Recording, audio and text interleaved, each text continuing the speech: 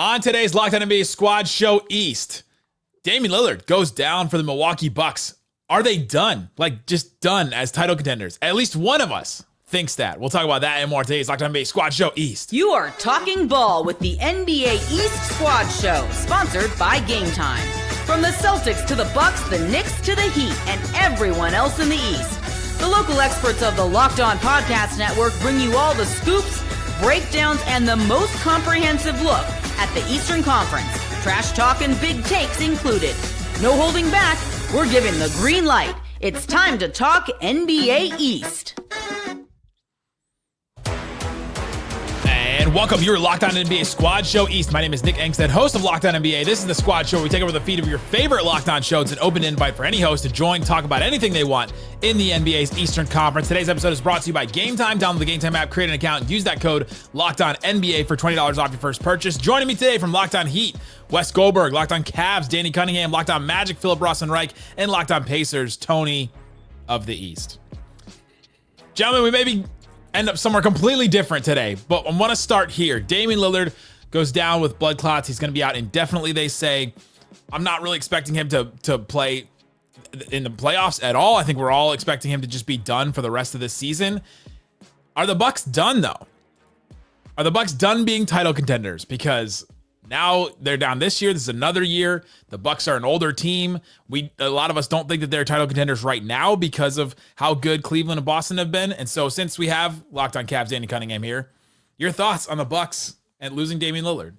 I mean, I think this window is over, and I think we have to remember what we're talking about with the history of this team. They've not made it out of the first round in either of the past 2 years. They traded a lot to get Damian Lillard last year in a move that they had to make out of desperation because of their previous playoff failures and coming up short. Like, they have a championship, and that's never going to go away, and they won that and they accomplished that, and that's great. But that window's closed. This roster is old.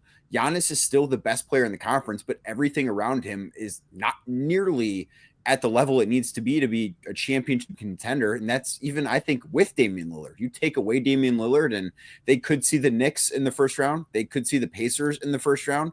They're not beating either of those teams. And if that happens, they're not beating Boston or Cleveland in the second round. And they're not going to be any better next year because they have no future assets. They have no good young players. They've traded a ton of draft picks. The draft picks that they've made have been pretty terrible. The future, I think, in Milwaukee is really, really bleak. Like, maybe Giannis sticks around because he wants to be in Milwaukee forever. But other than that, I just don't know what you have to be excited about if you're a Bucks fan. You don't know. They traded for Kyle Kuzma. What's not to be psyched about? They surrounded Giannis with a 29% three-point shooter and thought that would work. Like, what are you doing? You got your NBA Cup banner. I mean, I don't know what more you would want from a season. But look, I mean, look, when you have Giannis Antetokounmpo, you're not too far away from being too far away. But I think what the problem is with the Bucks is they're going to be the first test of whether a team can bounce back from kind of second apron or apron purgatory. You know, it's going to take at least a year to kind of clear your books off again. Brook Lopez is a free agent this summer. The Bucks are going to have to decide, do we bring him back as he continues to get older and pay him all that money in kind of the same vein that they decided it's time to start selling off pieces of that championship team and move off of Chris Middleton. They've still got Damian Lillard, who again, hoping first of all that he is healthy, that he is able to kind of continue to you hope that he can come back to play basketball, but you just hope that he's healthy first and foremost. But what kind of value does he have in the trade market? The avenues for the Bucks to get better with the financial limitations are really, really tough. It feels like a situation where Milwaukee has to take a step back in order to begin taking steps forward. And you got to wonder, is Giannis going to be willing to wait a year or two to rebuild a championship level team? The answer is no, right? Like, this guy has gone into several interviews and said winning is the thing that matters the most. And they made the Drew Holiday for Damian Lillard trade in part because the pressure, I don't know, directly applied by Giannis. Who knows what's really going on behind the scenes there? They trade Chris Middleton away for Kyle Kuzma because of some similar types of pressure. They make a coaching change for similar reasons. And it twice, right? And it's clear that it's not working. The Milwaukee Bucks are just Phoenix Suns East, right? They just gave up 145 points to the Atlanta Hawks. They don't care. That's a team that just is done with this season. And whether or not they're done with this season or just done with this Giannis era in general, it's going to take a lot to build back not just Giannis's trust in the front office to make some of the right moves, but engagement with this team, trust with this roster to be like, yeah, we could compete with Boston or Cleveland going forward. Because based on the sample of, I mean, the way that Nick proposed it, just because of it, is Damian Lillard's injury the nail in the coffin. I'm like, I don't know, I kind of felt that way all year. This team never really felt that good with or without Giannis, with or without Dame. So yeah, it's a great point, Philip. Like, can they convince Giannis to just stick around for one more year while he waits it out? For what? You know, that's the other thing. Like, his dudes that he won a championship with there aren't there anymore. Like, what exactly would Giannis be holding on to at this point? So I'm just kind of confused by the Bucks because, I mean, they're playing bad right now, and this month has not been good to them. We got a report about a meeting between Giannis, Dame, and their coach like 3 weeks ago, and then nothing changed, right? They had the same weird, like, lack of focus, for lack of a better term, issues where it's like, what are you doing, Taurean Prince? Like, that's clearly not what you're supposed to, you could point to any player and say that. And then Dame gets hurt, and you would think, because of what Damian Lillard is, that would hurt them offensively. But it's been their defense, as evidenced by the Hawks game they just had in previous games, that's really been killing them. So I just don't understand what is so rotten that's making them play this poorly. Like, I can tell you it's their defense, but why it hasn't been corrected over various humps and hurdles that have been pointed out very obviously. This very good player is hurt. These two stars are meeting with their coach. We can see why they're playing bad, and it doesn't get any better. And they have Giannis on their team, and he's still playing well.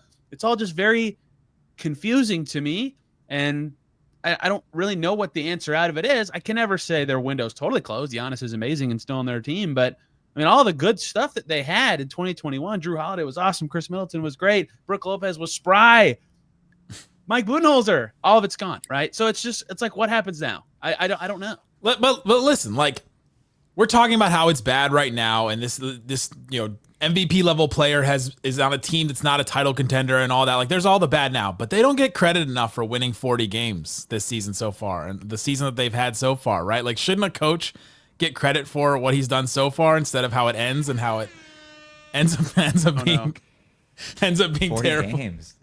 What am I missing? I see. The Doc Rivers saying he should have get credit for being up 3-1 instead of losing. I for some reason was like, is this a Taylor Jenkins joke? What's going on? I didn't know where we were going with that. When you have a 1-0 trophy lead over everybody in the league, how do you blow that lead? How do you blow that lead repeatedly?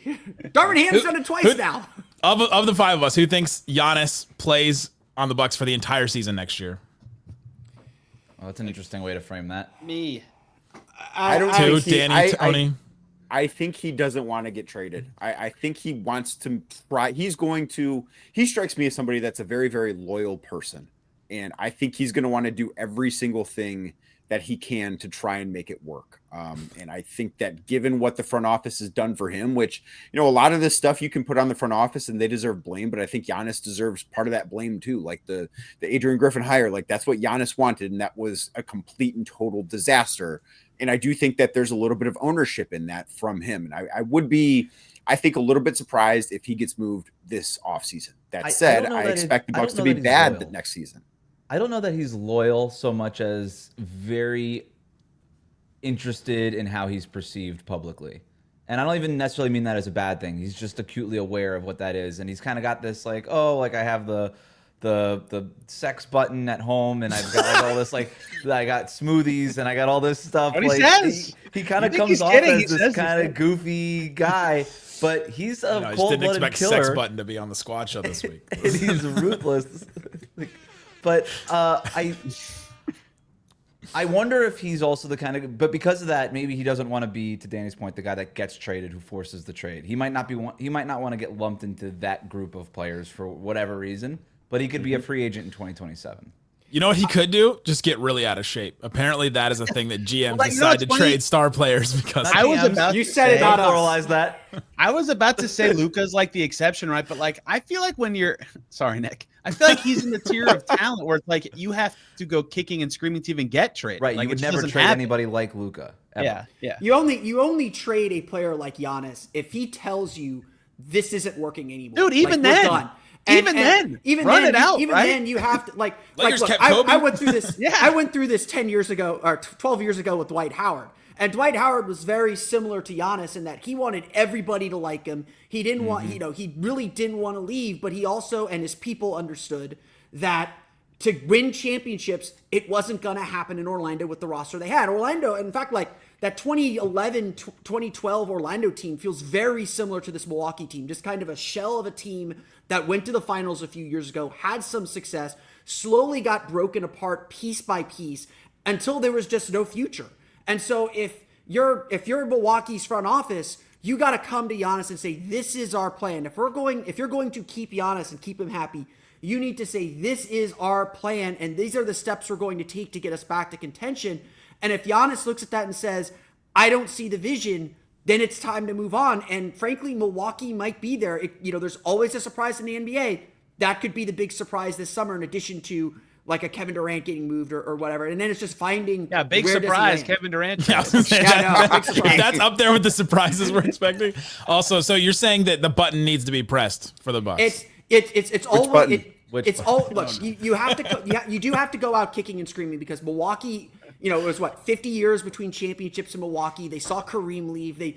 It's really hard in a market like that to find success. If you get a player that is a top 15, 20 player of all time, or whatever number you want to put on that, if you get a player like Giannis, who's one of the top players in the league, you don't let him leave unless he says, I want out. But once he says, I want out, you have to act early. The later you act, the worse it's going to be for your franchise. The fewer first round picks, assets, whatever you want, you get back in return. The longer you wait, the worse it is. I just think it's funny that Phil said that they saw Kareem leave. Like, what age would you have to be to have seen Kareem leave in 1975? Coming up, it seems like it's inevitable that the Cavs and the Celtics will meet in the Eastern Conference Finals. But if one of their stars goes down, who's more prepared to still fulfill that? We'll talk about that and more on Locked On NBA Squad Show East. Today's episode of Locked On NBA Squad Show East brought to you by Monarch Money. I love Monarch Money. I've been using it a lot lately because I'm kind of crazy when it comes to finances. I need to know where everything is going. I need to know where my savings are. I need to know where all these different investments are. I need to know where all of it is, and it's all in one place. You gotta love that, giving you full visibility and control over your finances. It's not just a budgeting app either, although it is, and it's a good budgeting app.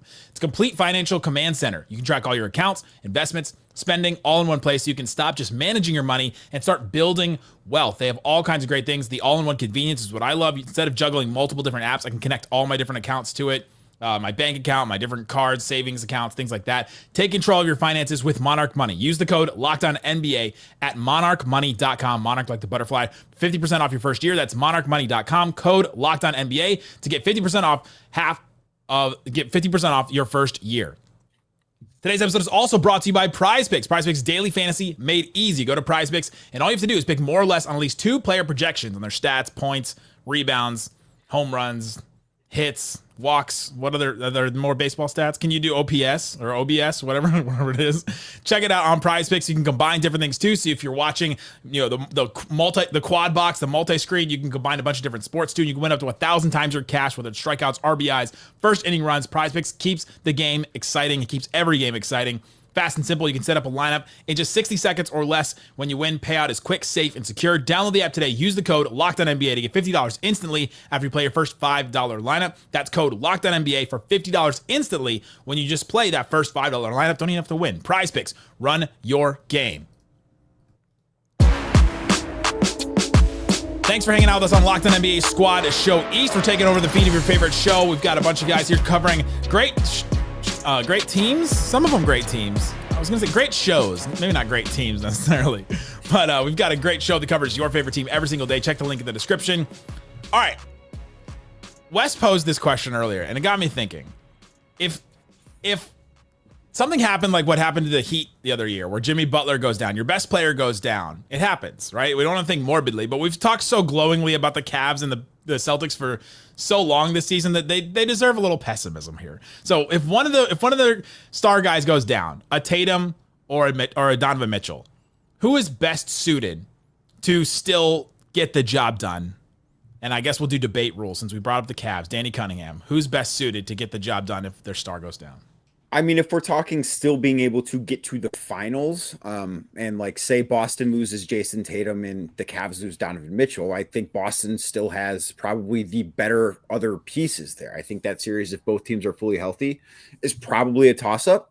But I think that what Donovan Mitchell has meant to the Cavs, and I know that his counting stats aren't necessarily as great because his minutes are down, but I think that he's meant a ton to that team, and I just don't know that they have enough pieces that have that championship experience the way that Boston has a lot of other pieces that have championship experience. And I think that is something that matters as you go through the postseason. Now, that said, I think either one of those teams, like if Boston were to lose Tatum, if the Cavs were to lose one of Mitchell, Garland, or Mobley, they're both still capable of getting to the conference finals. I just don't think either team is capable of necessarily winning the conference without being full strength if the other is full strength. I actually disagree. I would go with Danny's team there. I think the Cavs are, if Jason Tatum is out for the entire playoffs and Donovan Mitchell are out for the entire playoffs, the next pieces for Boston, I don't necessarily trust them to scale up their usage and their impact, right? Like Jaylen Brown, I know he was finals MVP last year. He's not having the same year that he did last year. And I've got a lot of questions in regards to Brown as sort of a lead playmaker. What Tatum does, and it's why he's going to be on MVP ballots, is so central to everything that the Celtics do. Without Tatum, none of it works. Like my least favorite take over the last 2 years in the NBA is that, Kristaps Porzingis is actually Boston's most important player. I think that's the lamest take on NBA Twitter. It's clearly Jason Tatum. He is the most important player. He is the straw that stirs that drink. Not to say that Donovan Mitchell isn't super important. He's also going to be on MVP ballots. But I trust a guy like Garland to scale up his responsibility. We've seen Garland do it. Even in games recently, I know it's not been the best stretch for the Cavs, but with Donovan Mitchell out, we know that Garland has other levels that he's kind of taking a step Is your back take on. that you trust Darius Garland more than you trust Jaylen Brown, who was just finals MVP last year? That's exactly my take. What? I do. Garland in a playmaking role. Don't make me defend Boston, Wes. Don't make me do that. I do get where you're coming from because you don't trust Jaylen Brown to triple. I'm just Garland in terms of running your offense. I trust him a lot more than Jaylen Brown running your offense. Jaylen Brown can't dribble more than twice. But I would argue it's Boston for that kind of reason because, look, Jaylen Brown and Darius Garland. Darius Garland is an all-star level player. They can both shift in and be the lead guy. The reason why I think it's Boston is because it's the domino effect of everyone else moving up a slot too. And it's not that like Jared Allen or Evan Mobley aren't good players, but they haven't proven themselves in those kind of secondary and tertiary roles, and they're bigs, and it's a lot harder for bigs to create. Boston has a Drew Holiday who's been an all-star before. They have a Derek White who can step up and make plays before. They have Kristaps Porzingis who, again, when healthy, is still a very dynamic player. They have guys, and it doesn't have to be the same guy every night. They can have a different player step up in that way. They have guys who can step in and fill roles if they lose someone down the road. Now, obviously, they wouldn't be as good without Jason Tatum because he does so much for the team and soaks up so much attention. But they have so many other players who've proven to us in big games that they can step up and play bigger roles when their team needs them to. It feels like Boston has sort of that shock absorber better than a Cleveland might. I think it's Boston as well. I just boo. The way the Celtics play to me is like if they lose Tatum, they can still play stylistically like identically and have similar levels of shot creation. The way like they don't whip it around and require one guy to get everything in motion and set stuff up.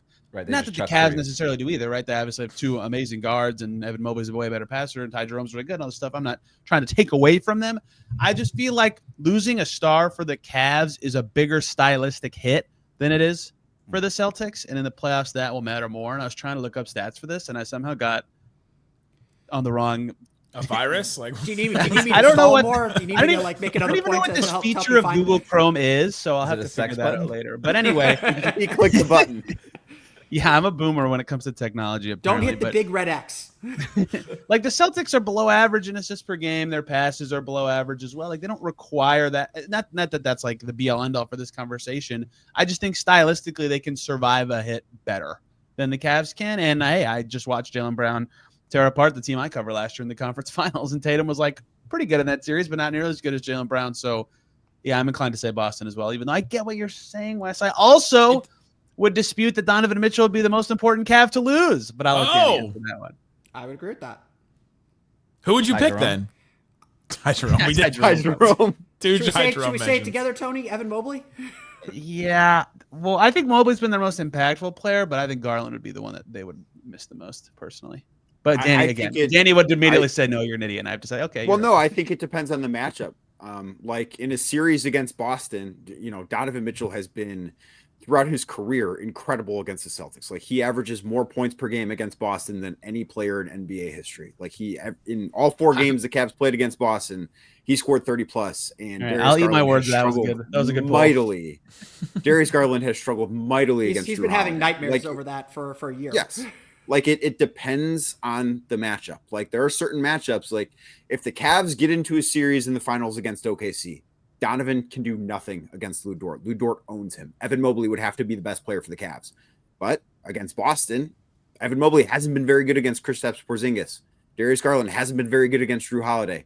Donovan Mitchell has destroyed the Celtics. Like it entirely depends on who they're playing as to who the. What do you cover the Cavs? Sometimes. Your team every day. That's what we're all about, Tony. You stay over there with your Pacers.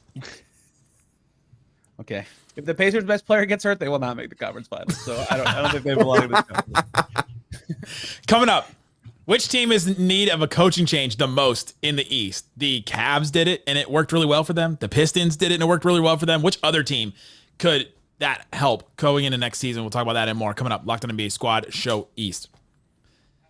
Today's episode of Locked On NBA Squad Show East brought to you by Game Time. Download the Game Time app, create an account, use that code LOCKEDONNBA to get $20 off your first purchase. I used Game Time this weekend. I'm located in Dallas, and I went to a Texas Rangers game that is not located in Dallas, but that's beside the point. Game Time picks helped me find the exact great deal that I wanted. I was looking all over the place trying to figure out what tickets I wanted. I was able to see the view from my seat. I was able to see that this was the best deal. And I was also able to see exactly what I was going to pay at checkout at the beginning. Wasn't surprised by fees or anything else by the end of it. You got to love that. They have super deals. Game Time Picks highlights the super deals, giving you the best bang for your buck. Take the guesswork out of buying tickets with Game Time Picks. Download the Game Time app, create an account. Again, use that code LOCKEDONNBA, all one word, LOCKEDONNBA for $20 off your first purchase. Terms apply. Create an account, redeem the code LOCKEDONNBA for $20 off. Download Game Time today. What time is it? It's game time. We're back. We're back. Double back. This is why you weren't included in the trade, Nick. We talked about the Celtics and the Cavs losing their best player, and I lost my ability to unmute my mic. We talked about the Pistons and the Cavs a lot, about how they made a coaching change and about how they've gotten so much better this season and benefited from it. Which team right now could benefit the most from a coaching change in the East? The Knicks. I considered that as my answer. It's not my answer, but so badly. I had this ready. I was going to go. I'm going to pull a Wes Goldberg and say something I might not even necessarily entirely believe. I'm going to say the Knicks should fire Tibbs, and then he goes out and says the Knicks should fire Tibbs. I was going to say the Knicks too.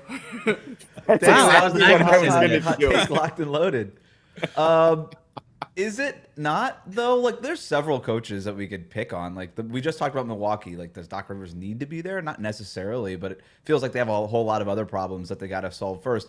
The Sixers, like, is Nick Nurse just the new Doc Rivers, just eating off of one championship for his entire carear, and everybody thinks he's a good coach until they. Well, he has a nice like music career, so at least he has that to. The media loves him. He's going to keep doing all that kind of stuff.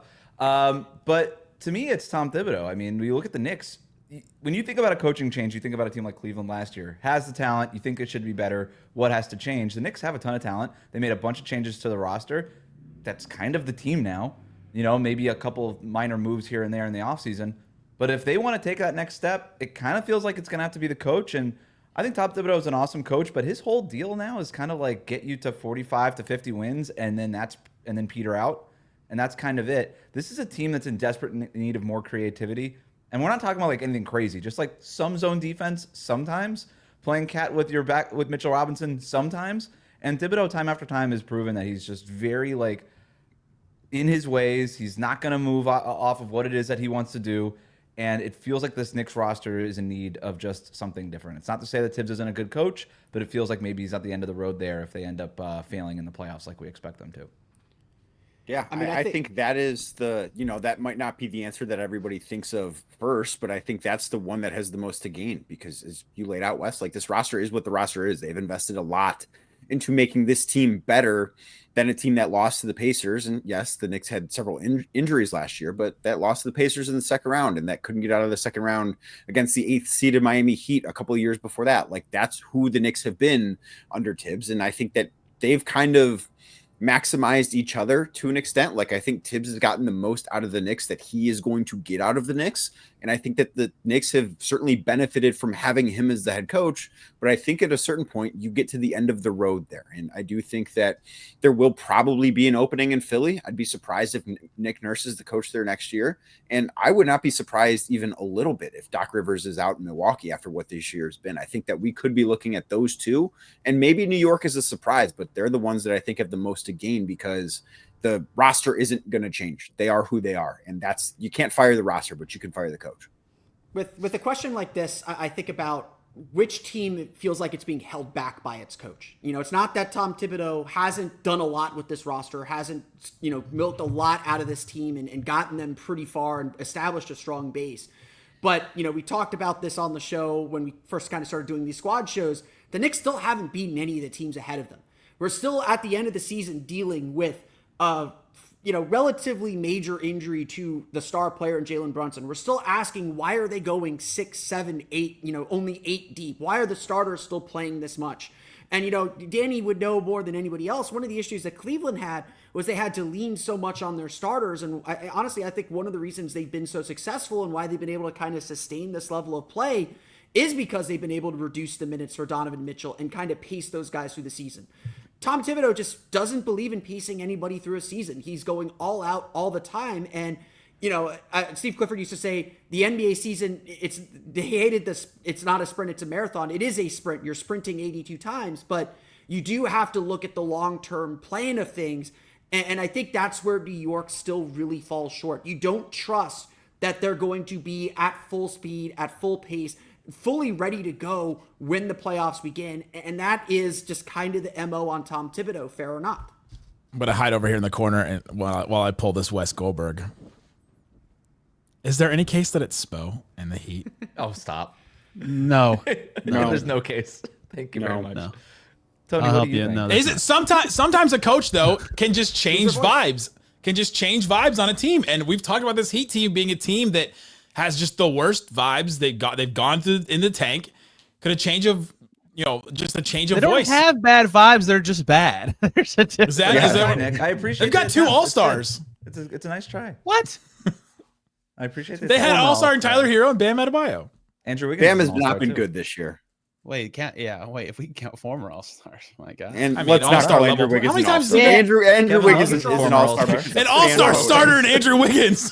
The East, I just glanced at every team. Like Darko just got his contract option picked up in Toronto. Like a lot of these bad teams have new coaches. There's not a lot of, I would say, instability. The Bulls love Billy Donovan still. His son is now the coach of their G League team. Like the only 2 teams that I thought, yeah, maybe, were the one you guys just talked about, the Knicks. And, last year, watching the Knicks in the playoffs and seeing how, the fan base responded to that team, I was like, Tibbs is the right guy for the attitude of that team.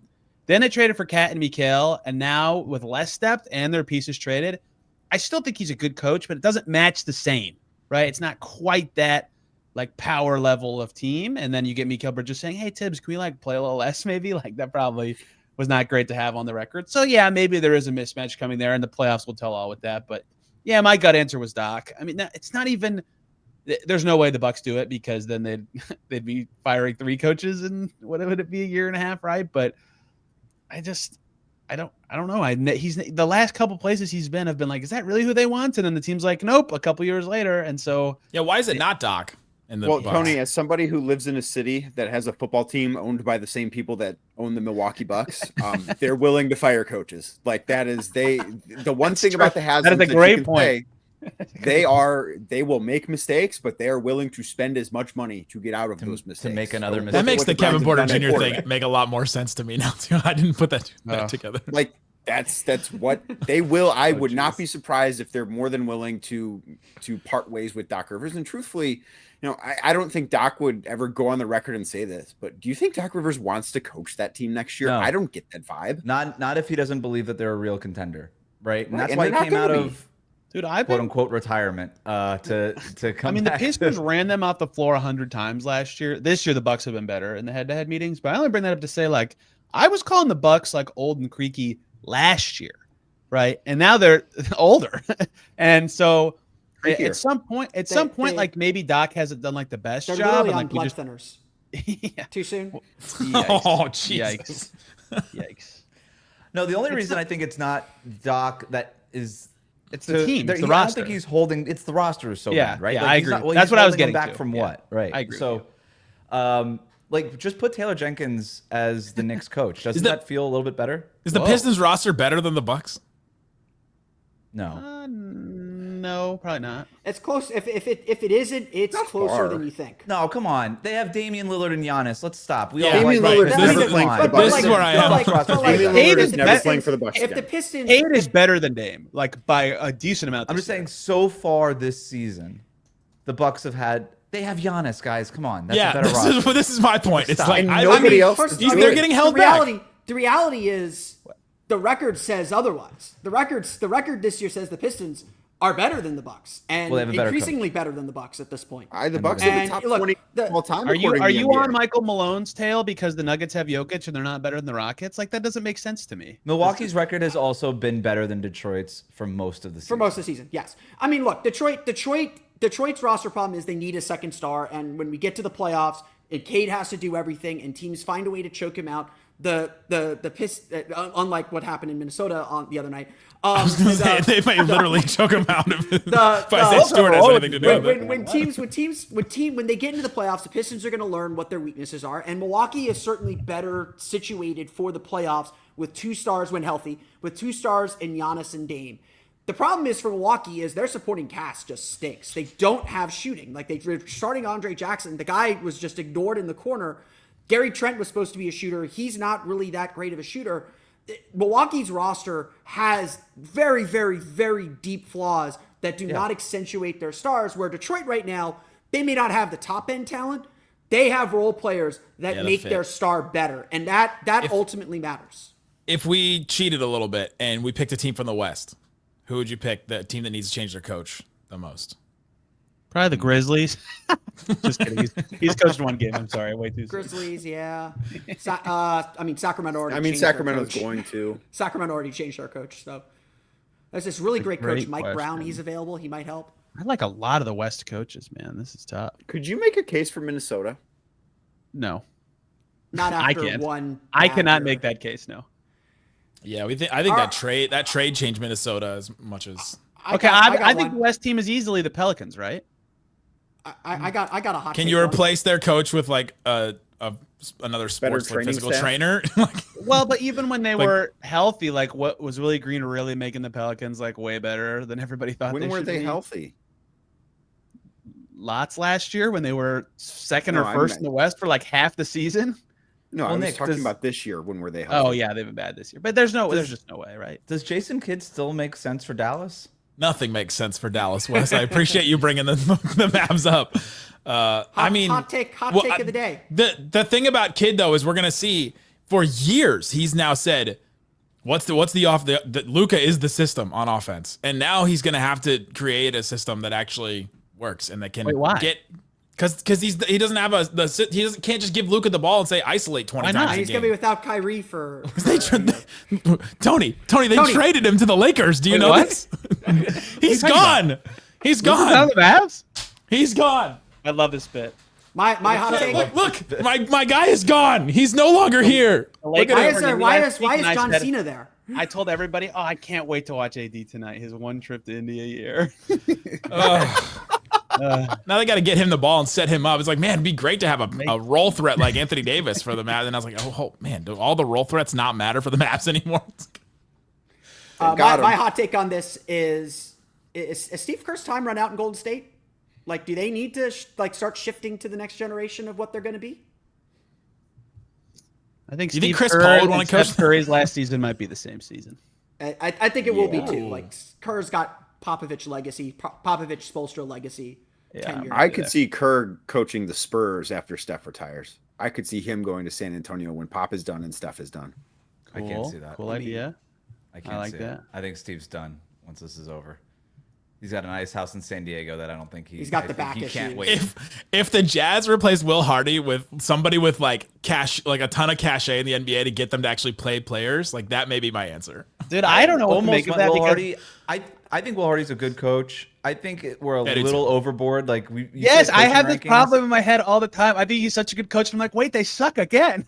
Yeah, well, Right. but that's because they're benching all these players. If they had a coach and they're like if a Doc Rivers came in, it's like, all right, we're not doing this. Like we're playing these guys because That's it's my what Utah legacy. needs. Good They have luck- a good Will luck Hardy telling problem Danny that can be Ainge solved by Doc Rivers. He would deserve credit for Danny getting Ainge the and Doc, 40 baby, wins. reunited. You're welcome, David Locke. I just gave you a different problem. He would get them up 3-1. They're not going to get up 3-1. Guys, thanks for think hanging the out with us Jazz would on take Locked being On up NBA 3-1. Squad Show East. We've got great shows covering all the other teams throughout the league. We'll go check out the Locked On Squad Show West as well. Locked On NBA Game Night every week. Thanks so much for listening to Locked On NBA Squad Show East.